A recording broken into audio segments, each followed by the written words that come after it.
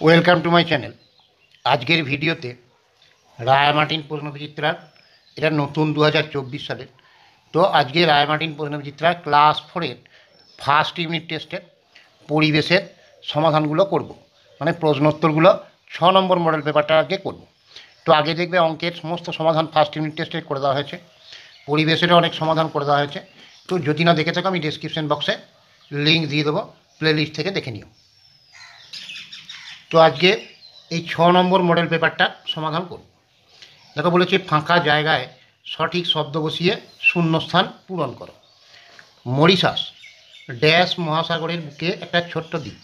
এটা কী হবে? ভারত মহাসাগরের বুকে। তাহলে এটা ভারত মহাসাগরের বুকে একটা ছোট্ট দ্বীপ। এর পরেরটা দেখো নিজস্ব আকার আছে ড্যাশ পদার্থের। নিজস্ব আকার আছে কঠিন পদার্থের। তরল আর গ্যাসীয় পদার্থের নিজস্ব আকার নেই, ওরা যে পাত্রে রাখা হয় সেই পাত্রের আকার ধারণ করে। শ্বাসনালীর শেষে দুটো থলির মতো অংশ, এটাকে বলে ফুসফুস। শ্বাসনালীর শেষে দুটো থলির মতো অংশ হলো ফুসফুস। শ্বাসনালীর শেষে দুটো থলির মতো অংশ হলো ফুসফুস। বস্তু যা দিয়ে তৈরি, বস্তু কী দিয়ে তৈরি? তাদের আমরা পদার্থ বলি। বস্তু যা দিয়ে তৈরি তাদের আমরা পদার্থ বলি। পদার্থ কীরকম? কঠিন পদার্থ, তরল পদার্থ, গ্যাসীয় পদার্থ, এই পদার্থগুলো দিয়ে বস্তু তৈরি হয়। গায়ের রং বদলাতে পারে। দেখো এখানে হচ্ছে টিকটিকি, গিরগিটি, মাকড়সা। তাহলে গায়ের রং বদলাতে পারে গিরগিটি। গায়ে কাঁটা আছে এমন একটি প্রাণী হলো।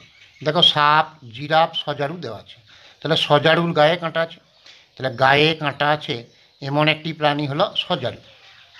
এবারে সরস্বতী পুজো হয়।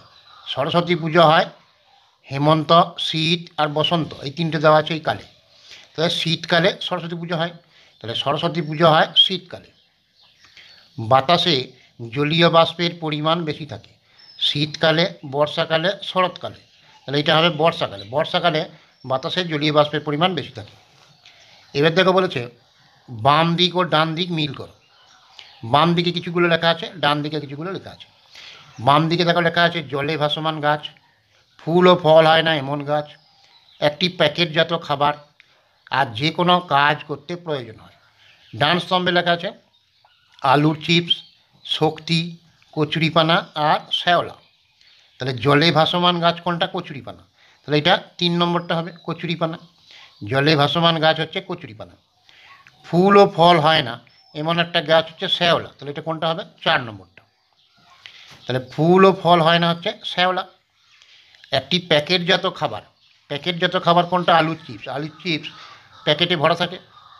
প্যাকেটজাত খাবার হলো আলুর চিপস। তাহলে এটা 1 নম্বরটা হবে।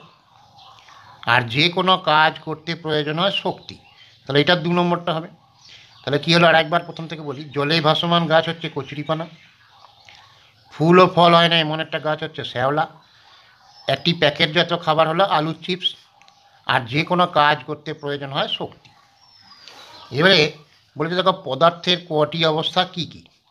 পদার্থের আমরা সাধারণত জানি 3টি অবস্থা। কী কী? পদার্থের 3টি অবস্থা। একটা কঠিন অবস্থা, একটা তরল অবস্থা, আর একটা গ্যাসীয় অবস্থা।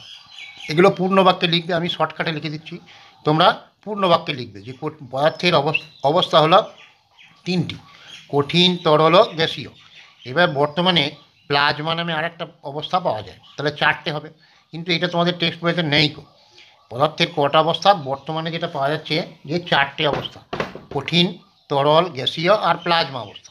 কিন্তু তোমাদের টেক্সট বইয়ে 3টি আছে, সেই জন্য 3টি লিখবে। উচ্চ ক্লাসে উঠে 4টে অবস্থা লিখবে। তাহলে এই পদার্থের 3টি অবস্থা কী কী? কঠিন, তরল আর গ্যাসীয়। পেঁজা তুলোর মতো মেঘ কোন ঋতুতে দেখা যায়? এটা শরৎ ঋতুতে দেখা যায়। শরৎকালে বা শরৎ ঋতুতে, শরৎকালে দেখা যায় বা শরৎ ঋতুতেও দেখতে পারে। পেঁজা তুলোর মতো মেঘ কোন ঋতুতে দেখা যায়? এটা শরৎ ঋতুতে বা শরৎকালেও লিখতে পারে। এরপরে বলেছে শরীরের সবচেয়ে কঠিন অংশ কোনটি? সবচেয়ে কঠিন অংশ হচ্ছে এনামেল। কঠিন অংশ হচ্ছে এনামেল। এনামেলটা কি? যে দাঁতের বাইরের আবরণ, বাইরের আবরণে থাকে। শরীরের সবচেয়ে কঠিন অংশ হচ্ছে এনামেল। এটা ক্যালসিয়াম আর ফসফেট দিয়ে তৈরি। দাঁতের বাইরের অংশের আবরণে এটা থাকে। এবার বলছে দেখো একটা কাঁটাযুক্ত গাছের নাম লেখো। ও স্যাঁতস্যাঁতে জায়গায় জন্মায় এমন একটা গাছের নাম লেখো। তাহলে কাঁটাযুক্ত গাছ লিখতে পারো ফণিমনসা।